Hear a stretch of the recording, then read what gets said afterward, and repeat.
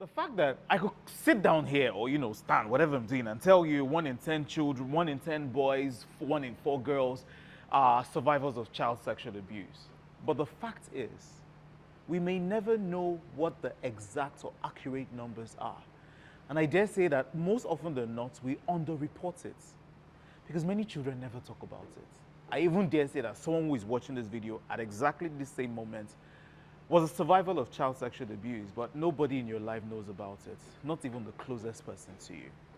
Over 91% of the cases of child sexual abuse were perpetrated by someone who is close to the family or even trusted by them. We need to realize that those acts of child sexual abuse do not just end with the children themselves at exactly that moment.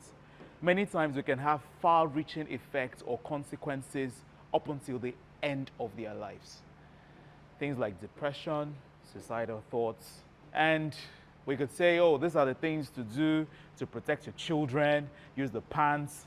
But should we really put the onus of protection on the children themselves or going after the predators? There are just so many questions I want to ask. And I figured I wasn't going to play God and answer many of those questions. I was just going to talk to people. One who has been a survivor, one who has tried to help the survivors of child sexual abuse, and a doctor, who could also tell us the far-reaching effects of the consequences. And I'll let you decide if children should be protected by all means, or if they should remain the toy things of someone's lust. So whether we like it or not, this is a discussion that must be had, right? Because it affects the most vulnerable in our society. But before we get into the discussion, we need to find out who the discussants are. Yeah, I'm Dr. Ayodele Renner, and I'm a consultant pediatrician. With a few titles, I'm a fellow of the West African College of Physicians. So that just means that I've read a lot of books to be able to take care of children. And I honestly believe that it's my life's privilege to do so. On Instagram, I'm the noisy Niger pediatrician. So yeah, that's who I am. For children, right? Why children?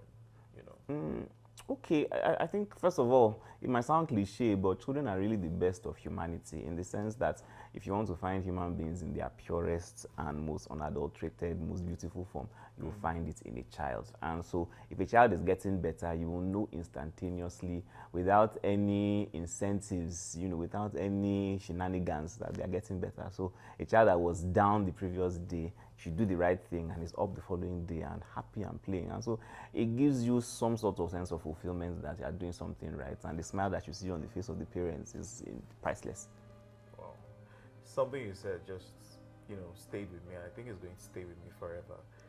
Children are the purest forms of human beings. If you want to find human beings in their purest forms, you find them in children. Which is why it hurts me when people go ahead to abuse these children. Which is, the root of the matter, sexual abuse in children. What is it? Child sexual abuse is any situation in which a child is subjected to any form of sexual exposure. And this doesn't always have to be, it's not limited to just sexual intercourse. So it's penetration of any part of the body, not necessarily even the private parts, any orifice with any objects, including, but not limited to the genitals or any other objects by an adult, okay? And so that means even things like exposing the child to pornography is considered as child sexual abuse. Showing one's genitals to a child as an adult is considered as child sexual abuse. And of course, now we do know that it has been expanded to things like child sex trafficking and even child pornography as well, is classified under child sexual abuse. So it's a really wide net. And so some people might imagine that, some people might actually be watching some pornographic materials and not imagine that the child has access to it or is watching it along with them. So even though they might not be doing it deliberately, but adults really have to be careful about what they watch around children, because at the end of the day, while you might not think that your child is being abused, but from what you're exposing them to inadvertently, the child really is being abused one way or the other. So let's go towards the more dire cases of abuse, right? Cases of penetration, cases of sometimes violence, and for these children, what could be the effects on them? medically, from a medical point of view? From a medical standpoint, the effects are really varying and widespread, and you can have the immediate effects and the more long-term effects.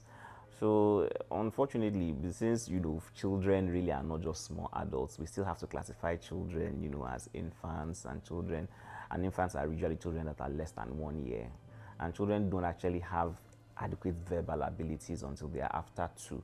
So for a child who is less than 2, unfortunately, unless the perpetrator is actually caught in the act, one might not really know, yes, exactly, that this child has been abused simply because they cannot verbalize what exactly has happened to them.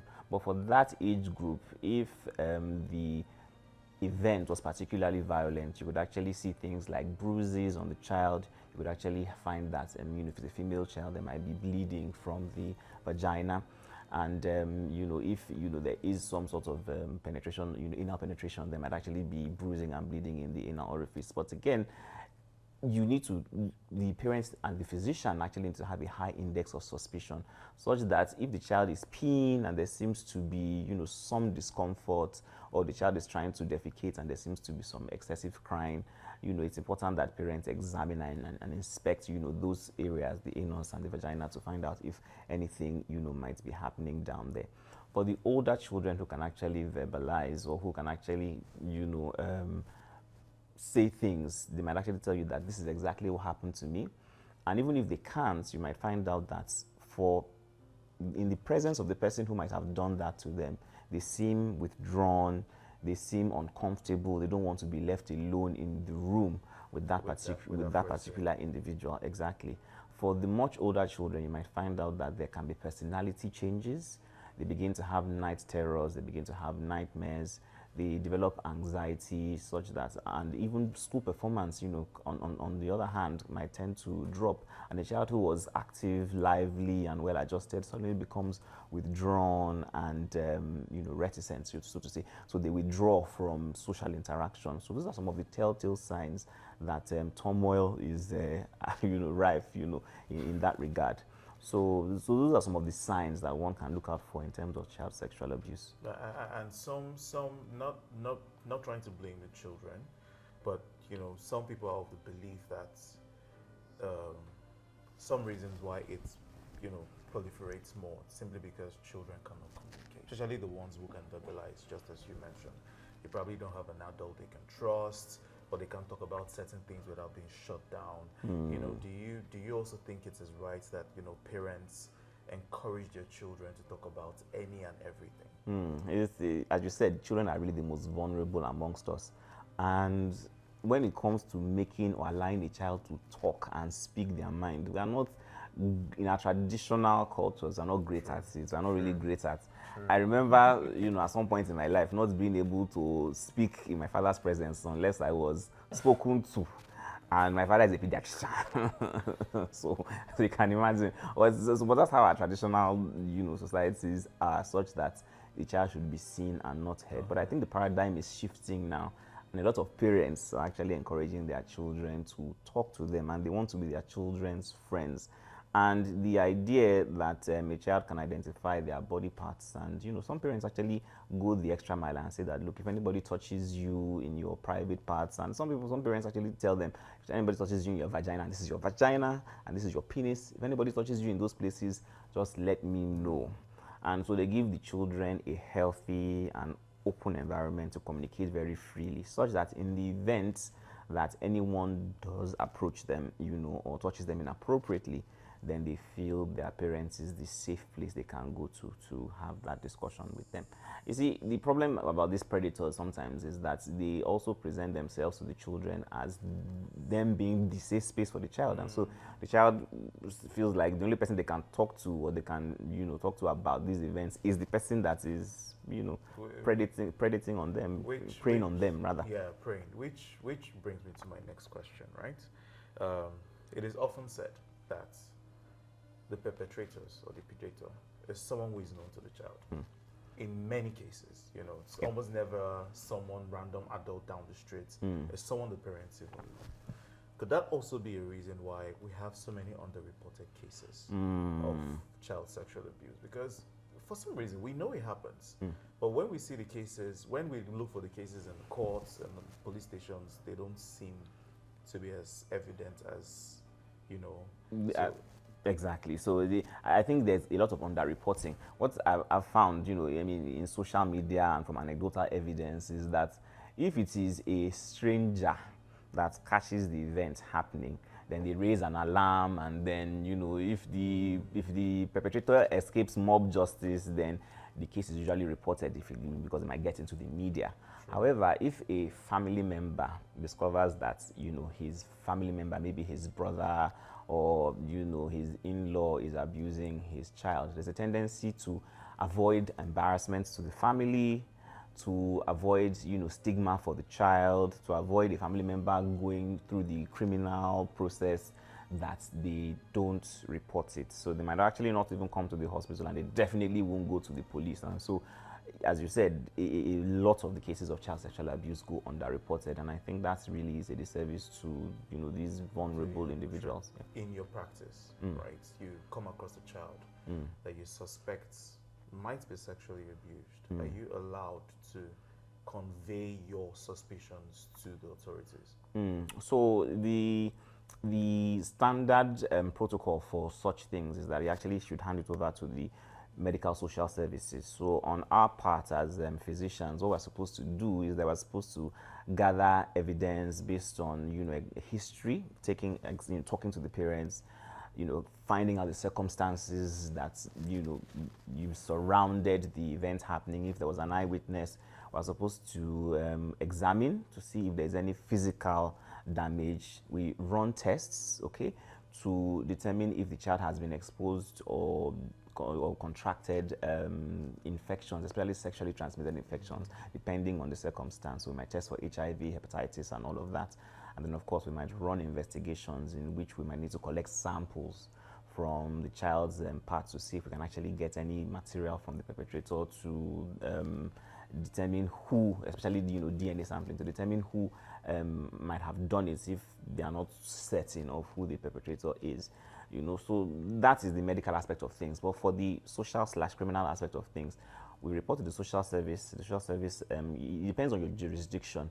Here in Lagos State, usually it's the Office of the Public Defender that takes up, yes, you know, such cases. And then, of course, criminal proceedings can be instituted against the perpetrator. So that's it, really. Social services, and then it escalates to the police. For confidentiality's sake, really, it's not the duty of the physician to go directly to the police. It's the duty of the social services to do so and then take all the proceedings, yes, in a well laid out fashion. And that's happened in quite a number of cases that I've seen. But again, as you said, a lot of people actually don't bother reporting these cases because they just don't want that stigma. So it all falls back on the people who are actually supposed to protect the child. Yes, which of course, I mean, so at the end of the day, the question is who is supposed to protect the child, and I'd say it's everyone. It just isn't the job of parents, and when I say everyone, I mean the entire society at large. So are parents being educated? And of course, thank you for, you know, all the great work that you do, you know, both online and through forums like this. Are parents actually aware of the things that make children vulnerable to being abused? You know, so we're talking about things like children who have disabilities are more likely to be abused because they really cannot, you know, stand up, you know, fend for themselves or stand up for themselves. So they are really greater to both, you know, psychological, physical, and even sexual abuse. Then, of course, children whose parents are not really present, you know, so the parents are, you know, very busy, and they leave them in the care of people who are supposed to be in positions of trust, really, but unfortunately that trust is really, you know, let down, unfortunately.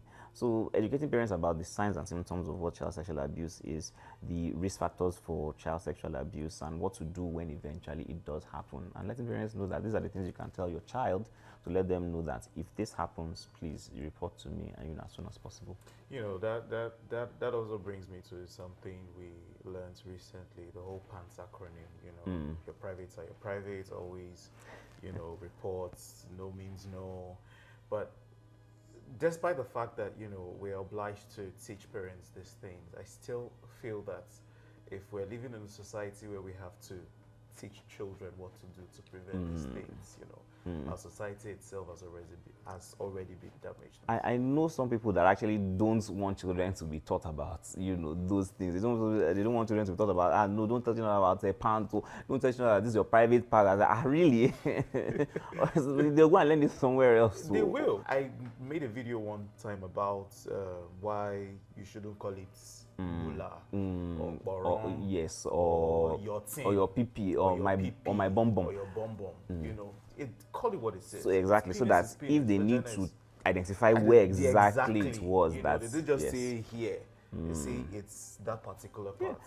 Yeah, because at the end of the day, you know, the more long-term consequences of child sexual abuse would include things like post-traumatic stress disorder, depression, anxiety, and these things actually live with them, and they might end up actually also abusing children when they grow up, and it becomes a self-perpetuating cycle that you really don't want, that one really wants to break, you know, as much as possible. So it's the effects can be lifelong, especially if therapy and help is not gotten on time. So these underreported cases, they're not doing anyone any favors. One last question. Some people are making the arguments for pedophilia being a sexual orientation. See, okay, so unfortunately, here's what it is. People decide that they want to have freedom of speech. Sure. And so everybody decides that, you know what, I want to put this argument on the table. But in the context of the law and in the context of morality, you ask yourself, a person who really cannot consent, who cannot consent to what you are proposing to them, how do you justify, you know, that stance that pedophilia is a sexual orientation? As far as I know, no pediatric society anywhere in the world at this point in time has, or law jurisdiction for that matter, has sanctioned that a child is able to consent to sex. So that argument, unfortunately, is not going to hold any water till further notice. Hopefully it never holds any water. Hopefully it never knows any water. But thank you very much, Thanks, Dr. Nelson. Renner. Hopefully we meet again. Thank you very much.